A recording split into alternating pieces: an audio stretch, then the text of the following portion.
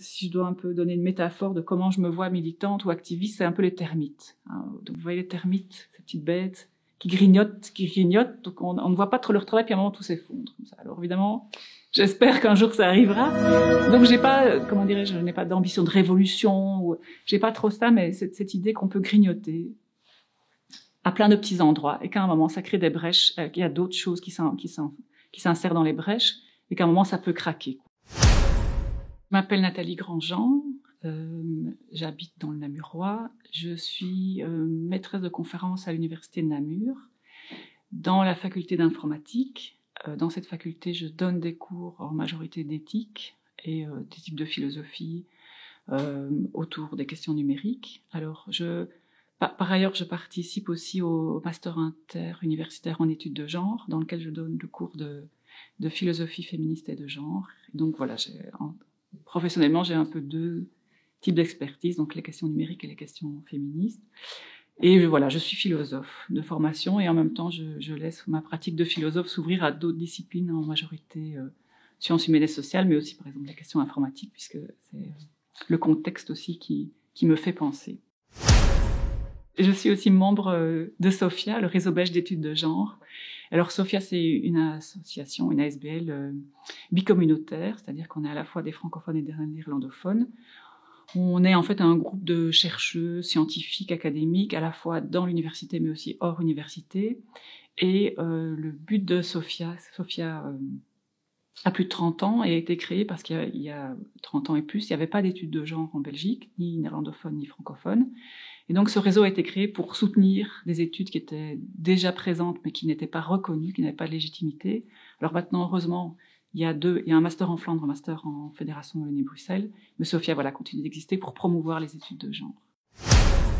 Et la philosophie a, dans son histoire, donc qui est finalement une longue histoire, puisqu'on sait que la philosophie démarre 5e siècle, 6e siècle avant Jésus-Christ, avec en Grèce antique, etc. En tout cas, c'est la naissance mythique. Il y a peu de place pour les femmes.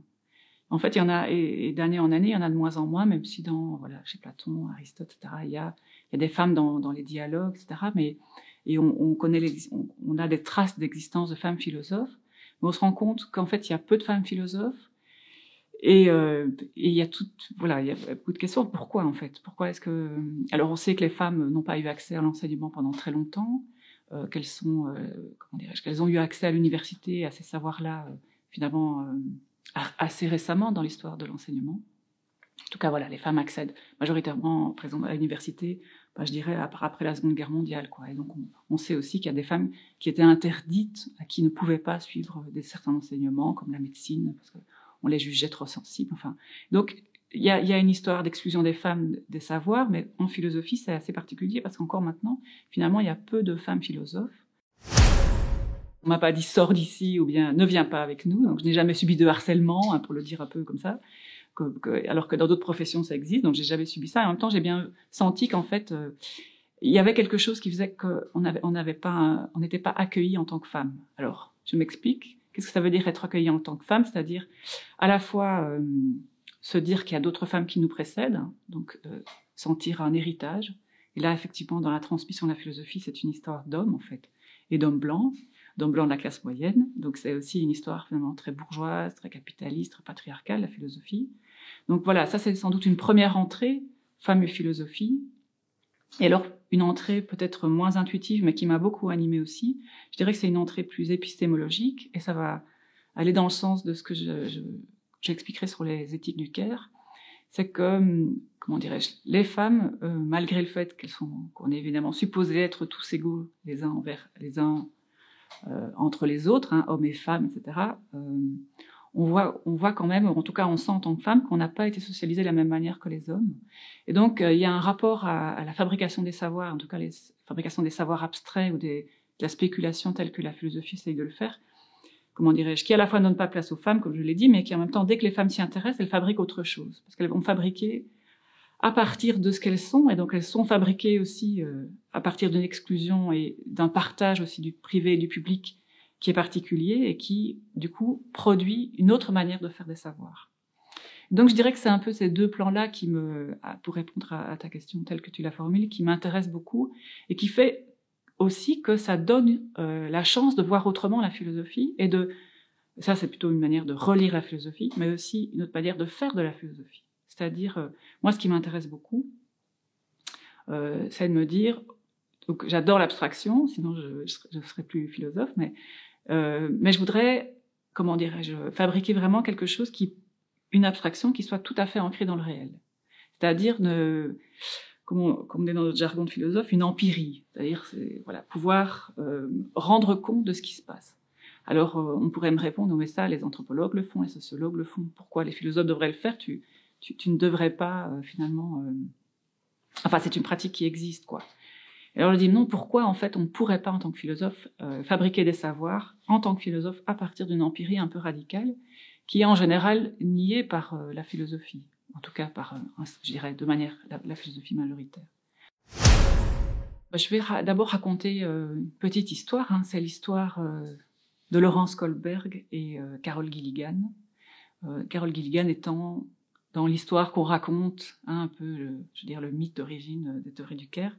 C'est une psychologue qui est assistante en fait de Laurence Kohlberg, qui est un professeur bien établi et qui a travaillé sur le problème du développement moral chez l'enfant. Donc, Laurence Kohlberg, il s'est intéressé à comprendre comment, de la petite enfance, je dirais, à l'adolescence, à l'âge adulte, on passe d'un stade moral qui est très basique à une élaboration complexe. Donc, alors il a comment dirais-je, découpé ces stades moraux en 6 stades. Il en a fait 6 comme ça. Bon, je ne vais pas les détailler ici, mais ce qui est intéressant, c'est qu'en fait, il y en a 6, mais on peut les regrouper par 2. Donc, on dirait les 2 premiers sont vraiment consacrés à la petite enfance, donc disons les maternelles. Les suivants, c'est les primaires. Et puis alors, il y a les 2 suivants qui sont les stades auxquels qu'on est supposé atteindre quand on devient un adulte, et donc dans l'adolescence, on est supposé, ou fin de l'enfance, enfin, on est supposé arriver à ce stade, et on est supposé, du coup, ce stade, c'est cette idée qu'on est capable de faire un raisonnement éthique. Alors, qu'est-ce que c'est un raisonnement éthique? C'est, par exemple, résoudre un dilemme. Et alors, je vais ici donner l'exemple de ce dilemme qui est dilemme originaire aussi, c'est le dilemme de Heinz. Donc, Heinz, c'est une personne dont la femme est très malade, mais il n'a pas beaucoup d'argent. Et alors, il va chez le pharmacien qui lui dit « Je n'ai pas d'argent, mais j'ai besoin de ce médicament pour sauver ma femme. » Et le pharmacien dit « Pas d'argent, pas de médicament, désolé. » Et alors, on demande aux enfants ou aux jeunes adolescents « Mais qu'est-ce qu'il devrait faire, Heinz, en fait? Est-ce qu'il doit laisser mourir sa femme ou est-ce qu'il doit voler le médicament, puisque le pharmacien ne veut pas lui donner ce médicament ?» Alors, tout le monde répondrait, enfin, il y a quelque chose d'intuitif à dire « Évidemment qu'il faut voler le pharmacien. » Donc, il y a une réponse un peu intuitive à ce cadrage. Et alors, on essaie de faire réfléchir les enfants, les adolescents, et on dit oui, mais qu'est-ce que ça veut dire finalement voler le pharmacien? Comment est-ce qu'on peut modéliser ce dilemme? Et on peut le modéliser de la manière suivante, c'est-à-dire, d'une part, il y a voler le pharmacien, donc respect ou non de la propriété privée, et d'autre part, c'est sauver la vie de quelqu'un, donc respect de la vie. Et donc, la manière dont en éthique on formule les dilemmes, c'est comme ça. On essaie de modéliser une situation où 2 valeurs sont en tension, et il faut évidemment à un moment trancher, c'est-à-dire faire un choix, et c'est ça faire de l'éthique, c'est vraiment faire des choix normatifs sur ce qu'on est supposé faire dans la société ou pas. Et alors les enfants, en général, les adolescents, en tout cas, que Kohlberg interviewait, disaient évidemment il faut sauver la vie. Donc la vie vaut plus que la propriété privée, quoi, pour le dire, pour encore le modéliser autrement. Alors voilà, ça c'est, je dirais un peu le modèle de base de la manière dont on fait de l'éthique. Et alors ce que Kohlberg, qui fait aussi de l'empirie, c'est-à-dire qu'il a un terrain, ce qu'il remarque, c'est que les garçons, en fait, arrivent plus facilement, donc ces garçons de 12, 13, 14, 16 ans, arrivent plus facilement à formuler le dilemme tel que je viens de le faire, en le modélisant, et les filles beaucoup moins. C'est-à-dire que les filles vont plutôt tourner autour du pot, vont poser des questions, mais en fait, pourquoi est-ce que le pharmacien ne veut pas donner ce médicament? Est-ce qu'il n'y a pas moyen de le convaincre autrement? Est-ce qu'on ne pourrait pas échanger le médicament contre autre chose? Et enfin, elle s'interroge beaucoup à la fois sur le contexte, et surtout, elle cherche des solutions alternatives, mais qui ne sont pas, qui sortent du cadre tel que le dilemme les fabrique, quoi. Donc, c'est-à-dire aussi, elles ont finalement une conscience, sans doute pas forcément très, très explicite, que le dilemme les fabrique à faire un choix ou faire un autre. Et elle dit, mais il y a peut-être d'autres alternatives. Et alors, ce que Kohlberg en conclut, en bon rationaliste, c'est de dire, les filles, finalement, ont une moralité qui est moins développée que celle des garçons. Et c'est ici qu'arrive Gilligan, donc ça c'est pour la petite histoire d'entrée de jeu, arrive Gilligan en disant, donc Gilligan qui est féministe, donc qui est on est dans fin des années 70, début des années 80. Elle dit, bon, ça me semble quand même un peu, est-ce qu'il n'y a pas un biais là, hein? Donc elle vient avec son appareillage féministe, elle dit, est-ce qu'il n'y a pas un biais? Ça me semble quand même étrange de penser que les filles sont moins moralement développées que les garçons, puisqu'en fait, la conclusion, c'est ça. Et alors, elle reprend un peu, elle reprend les papiers de Kohlberg, elle va un peu chercher, puis elle se rend compte qu'en fait, d'une part, Kohlberg, dans ses classes, à la fois interroge plus de garçons, mais surtout les garçons se laissent plus interroger, c'est-à-dire que dans une classe, et ça c'est des choses qu'on a montrées, hein, enfin que les féministes ont montré, les études de genre ont montré, c'est que les garçons en fait sont beaucoup plus socialisés à prendre la parole dans les espaces publics. La classe est une forme d'espace public, les filles beaucoup moins, les filles s'expriment moins. Il y en a qui s'expriment, elles sont en tout cas plus minoritaires, et puis elles vont exprimer un point de vue minoritaire en fait. Et alors Gilligan, plutôt que en fait se contenter de cette réponse que les faits, entre guillemets, lui donneraient, auxquels les faits donnent raison, elle dit il y a quand même un biais. Donc elle va essayer de détricoter le biais en disant mais peut-être que... Donc elle refait une enquête et elle montre qu'en fait, évidemment, d'une certaine manière, Kohlberg, s'il pose le problème comme ça, il n'a pas vraiment tort, mais qu'en fait le problème vient de la manière dont le problème a été posé, justement. Et c'est là où c'est, comment dirais-je, les éthiques du Caire à leur source, hein, dans cette espèce de mythe d'origine ici que je vous raconte, c'est à la fois un problème, comment dirais-je, politique, dans le sens où, voilà, il y a du biais, hein, donc, mais aussi un problème épistémologique, c'est-à-dire que pour avoir une réponse, pour avoir une bonne réponse, peut-être qu'il faut une bonne question. Hein, c'est-à-dire qu'on a aussi des mauvaises réponses parce que on a formulé de manière stéréotypée la question. Donc ça, c'est comme ça que naissent les éthiques du Caire, hein, avec Gilligan. Et donc Gilligan, elle va montrer que ce que fait, elle va reprendre, comment dirais-je, va donner des prénoms un peu, comment dirais-je, génériques à ces, voilà, Jake c'est le petit garçon, Amy c'est la petite fille, hein, et Jake qui répond finalement il répond à ce qu'on attend de lui en tant que futur être rationnel, responsable, autonome, etc. Donc il comprend que il y a une modélisation de la situation, il comprend que le dilemme est entre deux valeurs, et il comprend évidemment bien qu'on doit favoriser la vie plutôt que le droit à la propriété, et il comprend aussi qu'on discute de ces valeurs en les mettant sur un point d'équivalence, puis à un moment en faisant un choix. Et alors Amy, alors c'est pas qu'elle comprend pas, mais c'est qu'elle comprend pas pourquoi on ne pourrait pas penser autrement.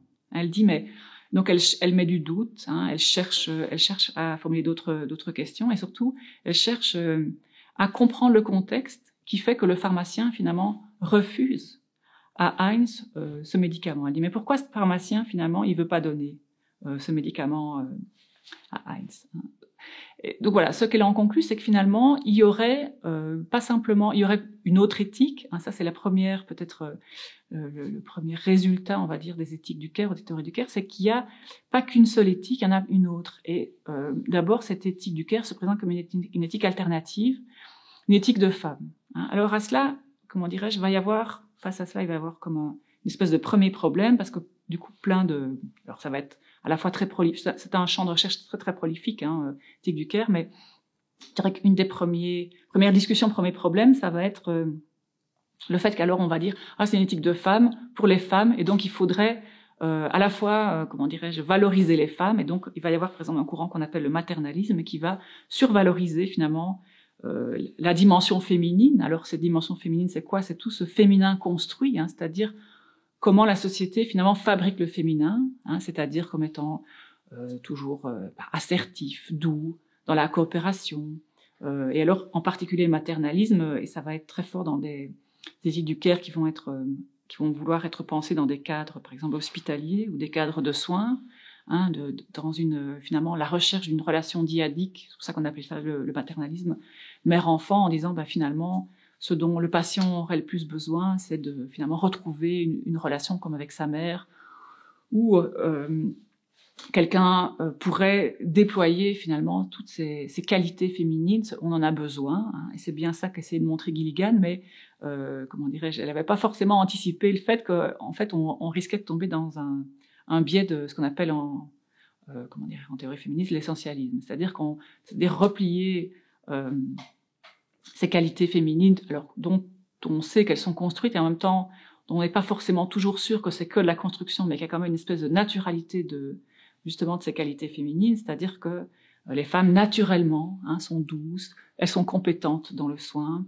elles sont assertives, elles sont patientes, elles sont bonnes pour la coopération. Enfin, il y a toujours, comment dire, on reste dans une ambiguïté. Alors maintenant, c'est vrai qu'après, dans cette, je pense, depuis la vague MeToo, donc cette 4e vague qu'on est en train de vivre, je vois bien il y a du changement et en même temps, il reste des ambiguïtés quand même dans cette difficulté de se dire qu'est-ce qui est construit, qu'est-ce qui est inné, qu'est-ce qui est acquis, hein, qu'est-ce qui est construit, qu'est-ce qui finalement est quand même quelque chose que nous, les femmes, et alors ce qui fait qu'on est toujours ramené à notre nature, c'est justement le biologique. Hein, et on a tendance ici, nos esprits occidentaux ont toujours tendance à replier la nature sur le biologique, en disant ben, si les femmes sont faites pour avoir des enfants, et alors c'est vrai qu'on ne peut pas nier le fait qu'on est en utérus et qu'il pourrait fonctionner, hein, c'est-à-dire qu'on pourrait faire naître des enfants, du coup on serait naturellement dans un rôle de mère, et naturellement le rôle de mère c'est un rôle de patience, de douceur, etc.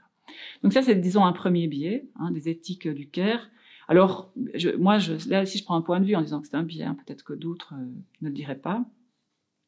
Mais alors, face à donc ce maternalisme, il va y avoir, je dirais, encore d'autres auteurs, comme notamment Joan Tronto, qu'elle va appeler à, et c'est pour ça que c'est un peu comme une 3e voie, Joan Tronto, cette idée qu'il faut à la fois dégenrer le care, hein, donc sortir les éthiques du care, donc cette comment dire, disposition, c'est une disposition morale le care en fait. Hein. Donc c'est intéressant parce que d'un point de vue éthique, on est même proche des éthiques de la vertu de l'Antiquité qu'on avait très longtemps négligées. Donc c'est-à-dire une éthique où on cultive sa disposition, et ici dans le cadre du care, c'est une disposition à être attentif à l'autre, à s'intéresser à l'autre. Donc il y a quelque chose de l'éthique de la vertu, et en même temps il y a toute une réflexion on dirait, d'anthropologie philosophique sur, finalement, notre rapport premier au monde n'est pas un rapport d'autonomie absolue, en tout cas ce vers quoi on est supposé toujours tendre, hein, soyez autonome, la liberté, etc. Donc tout ce qui nous construit vraiment comme, je dirais, sujet occidental libéral. Mais en fait, les prémices de notre rapport au monde seraient beaucoup plus la vulnérabilité, l'interdépendance. Bon. Et alors, c'est ça qu'essaye de montrer, bon, je vais peut-être un peu vite là, mais pour revenir à Tronto, elle dit, mais ce qu'il faut faire, c'est pas finalement, il ne faut pas de nouveau devoir choisir entre une éthique féminine ou masculine, il faut en fait s'intéresser à ce que nous apportent justement ces éthiques du care pour pouvoir les politiser. Et moi, c'est ça qui m'intéresse beaucoup dans cette question des éthiques du care, c'est comment est-ce qu'on va dégenrer, c'est-à-dire qu'on va sortir les éthiques du care de la féminité stricte, en disant que finalement, du coup, il n'y aurait que les femmes qui pourraient finalement se saisir de l'éthique du care, donc ça leur serait réservé. Mais alors, quel est le sens éthique? Alors, une éthique, quand même, ça a un sens, peut-être pas universaliste, mais ça a le sens de vouloir sortir d'une simple considération, une simple appréciation morale subjective, en disant, ben moi, ma morale à moi, mon éthique personnelle, c'est ça, ça et ça, donc l'éthique a quand même la vertu de vouloir sortir de soi-même, quoi, d'une instantiation morale simple. Donc il faudrait pas simplement réserver ça aux femmes, sinon on continue aussi à cultiver une différenciation sexuée qui se replierait sans cesse sur ses propres clichés, quoi. Donc Tronto, elle appelle vraiment à dégenrer et à politiser, c'est-à-dire à sortir les questions donc de soins, d'attention à autrui, d'interdépendance, pas simplement dans des interdépendances et des rapports intersubjectifs, donc de face à face, quoi, hein, entre patients et soignants, entre hommes et femmes, entre mère et enfant, enfin, et toutes les relations qu'on peut avoir intersubjectives, mais en fait d'en faire un projet politique, pour le dire un peu, ou d'en faire un projet éthique général, quoi. Et donc ça m'intéresse beaucoup, parce que ça veut dire bousculer beaucoup de choses aussi. Ça veut dire bousculer cette idée qu'en fait, et donc je reviens sur cette prémisse anthropologique comme ça, que notre rapport au monde premier, c'est d'abord un rapport au monde qui se joue dans l'autonomie. Hein. Et d'ailleurs, toute notre vie, hein, on est sans cesse poussé à être autonome, quoi. Et alors, on voit bien que même le droit consacre l'autonomie. Hein, on est majeur, hein, de 18 ans jusqu'à ce que on garde jusqu'à l'âge où on peut se dire qu'on est toujours majeur. Donc il y a des personnes très vulnérables, très âgées, qui perdent leur statut, hein, qui sont mis sur tutelle, c'est-à-dire qu'elles retournent à un état de minorité. Donc on voit qu'en fait, ce qui est valorisé dans la démocratie, pour le dire encore autrement, c'est l'autonomie, hein, et nos mythes fondateurs démocratiques, c'est la question de liberté, hein, ce sont les théories du contrat social, hein, qui disent, voilà, ce qui me fait exister dans la démocratie, je cède un peu de mon pouvoir personnel aux souverains, c'est-à-dire à la démocratie, à ceux qui me gouvernent, pour pouvoir gérer une liberté, pas forcément sans entrave, mais en tout cas auquel je considère, auquel j'ai droit. Et c'est bien ça ici qui occupe nos débats pour le moment. Avec le Covid, on est privé de nos libertés. On voit bien à quel point c'est difficile pour nous, parce que ça va à l'encontre en fait de la manière dont on est subjectivé. On est rendu sujet par le social.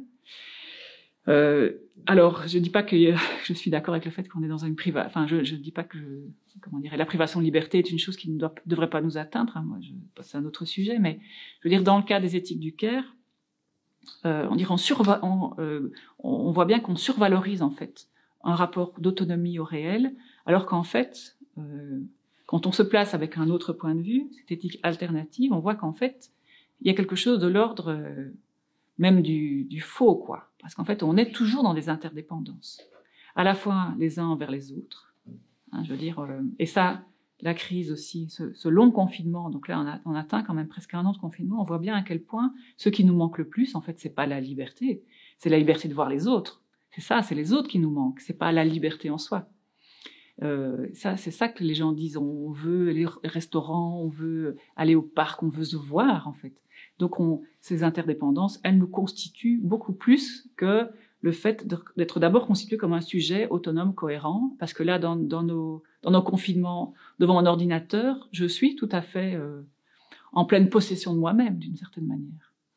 Et donc, c'est à ça, moi, philosophiquement, c'est ça qui m'intéresse beaucoup, à la fois parce que ça instaure un rapport au monde qui me semble beaucoup plus juste, en fait, et qui rend beaucoup plus justice, en fait, à comment le monde, à la fois, il fonctionne. Bon, ça, c'est peut-être aussi un point de vue, mais aussi, en fait, si le monde, si on prend soin de voir le monde en interdépendance, on sera sans doute moins enclin à le détruire. Donc là, j'élargis aussi les choses d'un point de vue beaucoup plus écologique, quoi. Les interdépendances, ça nous constitue en tant qu'être humain, mais ça nous constitue aussi en tant qu'être dans un rapport au monde. Cette question de la politisation du Caire, dégenrer le Caire, c'est effectivement, à mon avis, la grande vertu des éthiques du Caire, la grande vertu politique des éthiques du Caire, notamment pour sortir, je dirais même pour déconfiner les éthiques du Caire, pour un peu utiliser les mots de maintenant. Déconfiner les éthiques du Caire, c'est, à mon avis, il y a plusieurs manières, mais une des voies, c'est la politisation. Alors, c'est sans doute difficile de traduire, je pourrais difficilement traduire ça en des politiques publiques un peu comme ça, parce que là, c'est vraiment un autre métier, un métier de traduction. Mais je pense que la première chose à dire quand on se dit qu'on veut politiser le Caire, en tout cas, c'est se dire qu'on fabrique un autre point de vue. Donc, c'est faire cet exercice de décentrement, de ne pas considérer les individus dans cette logique qui les voit soit comme des êtres pleinement autonomes, soit comme des êtres pas du tout autonomes. C'est-à-dire ce serait l'un ou l'autre. Et donc, la seule possibilité d'exister, c'est forcément toujours tendre vers l'autonomie. Avec l'autonomie comme étant pas quelque chose qu'on pratique, mais ce vers quoi on tend. Donc vraiment cet horizon comme ça, qui fait que on a réussi sa vie quand on est pleinement en autonomie financière, on a une autonomie dans toute une série de domaines, et donc c'est-à-dire que l'autonomie devient quelque chose d'extrêmement normatif, donc qui contraint plus, qui est une contrainte normative finalement très très forte. Alors comment se décentrer par rapport à ça, c'est de se dire ce qui est intéressant, c'est pas de considérer la puissance d'un être détaché des autres, mais considérer qu'il y a de la puissance entre les êtres, parce qu'il y a relation entre les êtres. Donc c'est sans doute peut-être une nouvelle manière de définir les collectifs aussi, et pas simplement dire le collectif c'est une somme d'êtres qui fait qu'en fait, comme on additionne des êtres puissants ou en puissance, eh bien on a de la puissance, mais de se dire qu'en fait, la puissance, elle émerge de par les relations. C'est les relations qui créent la puissance et qui créent aussi la possibilité d'être au monde. Alors, je le dis de manière extrêmement théorique, et donc je vois bien que c'est difficile de le métaboliser de manière très pratique, mais ça veut dire que dans la réflexion qu'on a par rapport à l'État ou par rapport à la démocratie, c'est pas simplement des êtres détachés, que l'État reconnaît comme étant ses citoyens, mais c'est aussi reconnaître que entre les citoyens, il y a du lien et ces liens sont signifiants, quoi. Alors, l'État reconnaît certains liens entre ses citoyens, et donc je pense notamment aux liens de mariage, hein, mais on voit que ou les liens de parenté. Donc là, on voit qu'il y a une énorme normativité aussi qui, comment dirais-je, là, d'un point de vue féministe, c'est très hétéronormatif, ce qui est reconnu comme lien. Hein. Donc c'est d'abord les familles, et d'ailleurs ça, on a beaucoup vu pendant le confinement. D'ailleurs, on a eu une espèce de bouffée de familialisme où finalement, par défaut, on avait tous une famille, c'est-à-dire il y a un papa, une maman, 2 enfants dans une 4 façades. On dit bon, c'est ça la famille. Donc il y a une spatialisation et une métabolisation qui était quand même assez hétéronormative, pour le dire comme ça. Et donc ça, ce serait une manière de se dire tiens, qu'est-ce qui constitue des communautés humaines entre elles et quelle est leur puissance, plutôt que de se dire il y a des familles, il y a des gens qui vivent ensemble et qui fabriquent des liens forts. Donc on peut alors du coup, s'intéresser d'une autre manière à ce qui fait les liens et aussi comment ces liens de relations qui sont pas forcément des liens de domination ou des liens inscrits dans la normativité, en fait fabriquent une puissance d'être au monde. Bon, je le dis de manière extrêmement théorique, je m'en rends bien compte, mais je pense qu'on doit quand même faire cet exercice de se décaler. Alors je le dis d'abord entre nous, c'est-à-dire entre nous, alors on se considère entre humains, hein, et donc sans considération forcément justement de ces normativités, mais tout en prenant quand même en compte qu'on n'est pas dans des situations en fait d'égalité de fait, hein, comme on voudrait nous le faire croire, c'est-à-dire qu'on serait justement cette métaphysique occidentale libérale hein, qui nous pousse à l'autonomie, on est toujours dans un état qui tend vers, et donc si on est une femme par exemple, on voit bien que les femmes gagnent moins, donc elles devraient toujours rattraper, hein, soit rattraper les hommes ou rattraper un modèle, hein, et pareil pour toute une série d'individus qui devraient être activés. On voit ça dans la question du chômage ou de la mise à l'emploi. Il faut activer pour être autonome. Voilà, on voit en même temps toutes les impasses et on voit aussi, que ça ne rend pas justice justement à ce qui nous anime dans un rapport au monde, quoi. On est d'abord et avant tout dans une vulnérabilité qui et on arrive à vivre parce qu'on prend soin de nos interdépendances. Alors ça, c'est entre les humains, mais on peut aussi ouvrir les choses, je dirais d'un point de vue plus écologique, aux non-humains. On dit ça dans le jargon justement des philosophes, les non-humains, c'est-à-dire les animaux, mais aussi le monde végétal, même le monde minéral. On pourrait, même si c'est pas du vivant, enfin les non-humains sont aussi avec nous dans des rapports d'interdépendance, de vulnérabilité, et entre eux et nous avons aussi établi des relations qui ont une certaine forme de puissance. Évidemment, pas du tout une puissance qui est visible par justement cet œil qui ne voit que des sujets autonomes qui doivent performer leur autonomie toujours plus grande. Mais voilà, donc ça c'est sans doute politiquement, c'est ce que je souhaite, quoi. Alors comment le faire en vrai, je laisse ça peut-être à d'autres. Mais en tout cas, la première chose, c'est en tout cas de pouvoir se décaler, quoi. Se décaler et essayer de se voir autrement, justement, comme qu'un individu, qu'un corps fermé qui interagit avec les autres. Hein, mais de se voir d'abord et avant tout, on prend conscience de nos propres corps parce qu'il y a d'autres corps, par exemple. Et ça, on voit bien. Alors, je vais donner un exemple peut-être dans ces longs mois d'enseignement à distance. Hein, donc, je vois bien ça avec les étudiants et les étudiantes. Personne dans les étudiants n'ouvre cette caméra. Donc on est en visioconférence. Moi, j'ouvre la caméra parce que je m'adresse à eux. Et au début, ça m'a fort perturbé de donner cours à juste des pastilles ou bien des écrans noirs, enfin, à savoir qu'ils étaient là sans être là. Et alors, je me suis beaucoup interrogée, et on s'est beaucoup interrogé avec des collègues, pourquoi est-ce que les étudiants ne veulent pas montrer en fait leur visage ou leur intérieur. Bon, on a fait il y a multiples hypothèses. Je ne vais pas rentrer là-dedans ici, mais une des hypothèses qu'on a formulées, c'est qu'en fait, c'est trop exposant de montrer son corps à la caméra, seul, comme ça.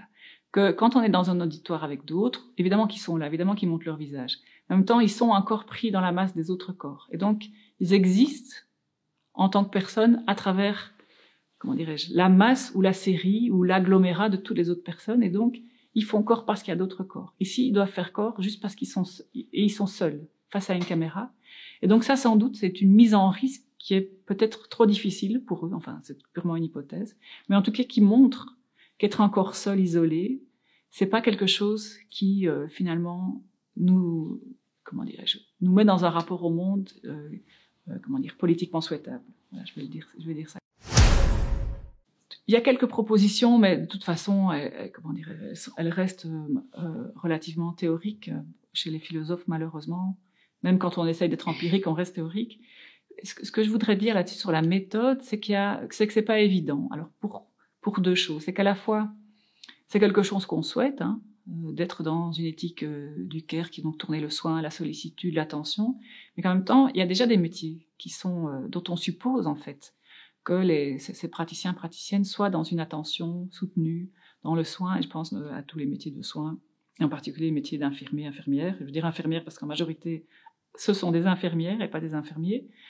Et donc là, on voit qu'en fait, elles sont déjà dans une pratique, hein, et donc quand on parle de care, ça leur parle beaucoup d'ailleurs, parce elles sentent bien que c'est ça qu'on attend d'elles, et en même temps, et ça, toute l'ambiguïté et qui fait qu'on doit bien réfléchir à cette idée de méthode quand on se dit qu'on va en fabriquer une. Ces métiers de soins, dans la vraie vie, hein, pas simplement dans les visions théoriques des philosophes, on peut dire aussi, enfin, il y a une vision très négative, enfin, c'est le sale boulot, quoi. Qui veut faire le sale boulot du soin? En fait, il n'y a pas beaucoup de monde qui veut faire le sale boulot. Alors, je dis sale boulot, je mets beaucoup de guillemets, bien sûr, parce que je ne pense pas que c'est un sale boulot, mais on voit bien que c'est une fonction, un métier, par exemple, le métier d'infirmière qui est éminemment technique, donc elles ont de longues études et des gestes techniques qui sont très soutenus, elles doivent être très précises, elles doivent être très attentives, et en même temps, on attend d'elles justement cette disposition morale de soin, mais qui est à la fois attendue comme une espèce de naturalité et en même temps attendue comme un geste technique. Donc il y a une ambiguïté qui est presque, je dirais, endémique à ces métiers de soins. À la fois, c'est des métiers indispensables. Hein, vous vous souvenez, au premier confinement, on a tous applaudi. Hein, on a dit, mon Dieu, maintenant on se rend compte à quel point elles sont importantes et oui, on va valoriser, etc. Bon, on voit bien qu'au deuxième confinement, c'était fini. Tout ça a disparu. Elles ont de nouveau endossé cette position ambiguë d'être à la fois dans quelque chose dont on attend d'elles qu'elles performent du soin et en même temps on voit bien que c'est un attendu qu'on néglige. Et donc, je serais très attentive à quelle serait la bonne méthode finalement pour valoriser du soin sans que ça devienne quelque chose simplement où on valoriserait de manière un peu angélique quelque chose qui parfois est considéré presque comme de la domesticité, quoi. Donc, si on entend le vécu des infirmières, des aides-soignantes, etc., on entend aussi, voilà, un vécu où elles se disent, mais pourquoi moi je dois être un peu, justement, la domestique toute une série de personnes. Et donc, il y a ici quelque chose à construire, à mon avis, en termes de méthode, effectivement, apprendre à voir autrement les rapports qu'on doit construire entre nous, mais en même temps, valoriser cette disposition morale sans retomber dans la négligence et les mépris qu'on a en général pour ces métiers de soins, qui est notre héritage, en fait, du mépris qu'on avait pour la situation des femmes. Ouais, donc là, en reprenant une casquette féministe, voilà, je rappelle ces longs siècles où les femmes, et en particulier entre le 19e et le 20e, où les femmes ont quand même été relativement confinées dans les espaces, et la domesticité leur était dévolue, et c'est une domesticité qui se veut invisible, gratuite, et avec laquelle on ne doit pas se plaindre, puisqu'on est supposé, en tant que femme, le faire avec notre nature. Hein, et si on ne le fait pas, on transgresse. Et si on transgresse, on est hors norme, on est rejeté du corps social, quoi. Donc il y a une ambiguïté ici sur laquelle on doit travailler, justement. Je dirais qu'en termes de méthode, il faut travailler sur comment faire pour valoriser sans tomber dans cette espèce d'angélisme qu'on a vu, hein, je veux dire, de tout temps. En tout cas, en 19e, 20e siècle, il y a eu des mouvements qui ont valorisé les femmes. Mais qu'est-ce qu'on a valorisé chez les femmes? L'éternel féminin, la muse, la mère. Donc la fête des mères, c'est quand même clairement, passer de la pommade sur toutes ces femmes qui travaillaient gratuitement et qu'on devait remercier une fois par an parce que c'était de l'élevage d'enfants un peu à la chaîne. Enfin, je caricature un petit peu, je mets beaucoup d'ironie, mais il y a de ça. Hein, c'est-à-dire, merci maman, mais voilà. Et ça, c'est quand même du sale boulot, quoi. Et donc, valoriser le sale boulot, qu'est-ce que ça veut dire? Ça veut dire laisser les femmes dans le sale boulot? Ou bien ça veut dire essayer de voir autrement? Alors, évidemment que ça veut dire les sortir du sale boulot. Mais donc, comment on va faire pour que tout le monde ait envie de prendre en charge le sale boulot? Parce que c'est ça, moi, que je me pose comme question. C'est qu'en fait, honnêtement, personne n'a envie de faire du sale boulot. Mais pourquoi est-ce qu'on voit ça comme du sale boulot? Et alors, c'est là où il y a une question de regard, quoi. Je pense qu'on est passé on dirait, en tout cas, dans le champ de recherche, on a essayé d'élargir le plus possible. À la fois, alors, je dirais que, donc, il y avait cette première tension maternalisme Gilligan et puis le maternalisme, puis après, la question Tronto qui essaie de politiser, dégenrer. Et après, c'est vraiment devenu un champ de recherche très prolifique où, à la fois des gens l'ont pris comme étant une manière de relire les situations dans lesquelles ils étaient. Donc, je dirais que c'est devenu une grille de lecture très pratique, voilà, comment comprendre les relations dans une association, bien dans un service, dans un hôpital, et essayer de voir ça à travers le prisme des éthiques du care. Donc, je dirais on a pris ça comme une grille de lecture qui est aussi après une grille normative, puisque l'éthique c'est à la fois analytique et normatif. Et ça c'est une première manière, et une autre manière c'était d'élargir un peu comme je l'ai fait en disant on pense les éthiques du care dans un rapport entre humains, pourquoi pas avec les non-humains. Donc cette espèce d'élargissement du care est aussi une prise au sérieux que c'est une prémisse anthropologique intéressante, qui a du sens, et donc on relie un peu aussi, je dirais, un rapport au monde à travers cette question-là. Donc c'est plus ontologique finalement qu'éthique. Voilà. Et je pense qu'il y a quand même des associations qui s'y intéressent et qui essayent de se les approprier ces éthiques du care. J'ai été un moment formatrice, j'animais des séminaires philo à la Fondation Shan. Fondation Shan, c'est une fondation qui se trouve à Bruxelles, autour d'une jeune fille qui s'appelle Shan, tout simplement. Et Shan, c'est une jeune fille qui est porteuse de handicap, enfin en situation de handicap, et elle a un handicap d'origine génétique, syndrome d'Angelman. Et donc c'est une jeune fille qui vit entourée de toute une série d'accompagnants, accompagnantes, qui est donc pas dans des institutions de santé mentale ou psychiatrique, quoi. Mais qui nécessite, mais qui a besoin d'avoir toujours quelqu'un avec elle parce qu'elle a vraiment des difficultés, toute une série de difficultés. Donc dans cette fondation, les éthiques du care, ça a été des éthiques qui ont été lues entre praticiens, qui ont été discutées et qui ont donné lieu comme ça à tous des petits modèles pour répondre aux besoins de Shan. Et donc Shan qui ne sera jamais autonome, qui a besoin. Alors ça, c'était intéressant dans cette fondation, c'est qu'à un moment ils ont considéré qu'en fait l'autonomie de Shan, donc ils croyaient quand même à cette idée d'autonomie, mais l'autonomie elle se jouait avec quelqu'un.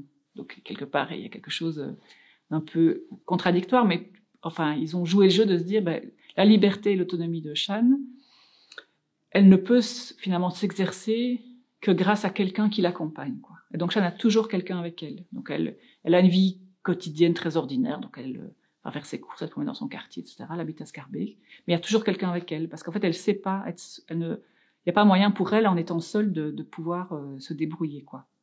Mais on me dit, elle a une certaine mais bon voilà, en même temps ça c'est très intéressant, quoi. C'est-à-dire l'interdépendance ici, c'est ce qui permet à Shan finalement d'avoir une vie digne, donc qui correspond au standard éthique de la liberté. Mais c'est grâce à une perspective de l'éthique du care qu'elle peut, puisqu'il y a vraiment cette attention aux soins, à l'accompagnement, et avec un souci de ce qui fait son besoin et de comment elle peut l'exprimer aussi, parce qu'elle parle pas ou elle sait juste dire 2-3 bribes de mots, mais par contre elle a un langage des signes simplifié, et puis surtout elle manipule des tablettes qui parlent là, pop, pop, pop, et alors elle exprime des choses. Enfin, donc voilà, là aussi il y a même une éthique du care qui s'est pensée à travers même des dispositifs technologiques qui lui permettent en fait d'accéder à nos standards de liberté et de dignité. Donc ça c'est une manière intéressante d'avoir utilisé les éthiques du care dans une pratique quotidienne. Donc oui, moi j'appelle au décalement, et une fois qu'on a compris que ce décalement avait du sens, à s'y tenir. Donc par exemple sur les questions de masculinité, j'invite mon fils à la fois se rendre compte que c'est pas tout fait la masculinité, ça se construit tout comme la féminité se construit, que c'est pas monolithique, on n'a pas toujours été un homme à l'Antiquité, au Moyen Âge, enfin ce que c'était être un homme comme ce que c'était être une femme. Donc ça, c'est quand même un travail que les féministes ont fait, c'est de comprendre que c'est quelque chose de construit. Mais pour les hommes, c'est toujours beaucoup plus compliqué finalement, pas forcément d'entendre les revendications féministes, mais surtout de comprendre qu'eux-mêmes font partie en fait, sont aussi d'accord qu'ils sont formés par le patriarcat et qu'eux-mêmes sont soumis à des injonctions auxquelles il est difficile en fait de répondre, notamment sur des questions de soins. Et alors ça, j'invite ma fille, mon fils, mais j'invite aussi les amis les gens que je rencontre, à se rendre compte qu'eux-mêmes sont pris dans tout ça. Et que la question du soin, c'est pas juste, un choix éthique, justement, un peu comme ce dilemme que je posais, c'est pas juste choisir entre l'un et l'autre. C'est pas ça, c'est qu'on est pris, en fait, en tant que sujet, en tant qu'être, même en tant que corps, si j'essaye de me dire qu'en fait, si je dois essayer de me penser dans le monde avec les non-humains, je suis peut-être que je dois me nommer autrement que sujet, mais en tant que corps animé ou corps vivant. Et donc, je dois comprendre finalement que je suis aussi construit que les autres, quoi, et que je suis construit dans une certaine manière. Donc ici, par exemple, moi, en tant que femme, mais en tant que femme blanche de la classe moyenne, je veux dire. Donc, c'est pour ça que je te disais, voilà, répondre sur la situation des femmes à Bruxelles, ça me semblait pas être adapté, parce que moi, je vis plus à Bruxelles depuis 10 ans. Je suis une femme blanche. En plus, je viens quand même de la ruralité. Et maintenant, j'y suis entre guillemets. Je vis pas comme une rurale, mais quand même pas loin. Donc je peux pas rendre justice à toutes ces femmes qui vivent en ville et avec un bouillon de culture que je ne vois plus au quotidien, quoi. Et donc c'est ça aussi, c'est cette humilité de la situation qu'on est, tu vois, qu'on incarne une certaine. On doit être humble par rapport à ça, je pense, humble et réflexif. Voilà. Donc ça, c'est peut-être un peu les petits gestes, mais tu vois, ça reste quand même des gestes de philosophe.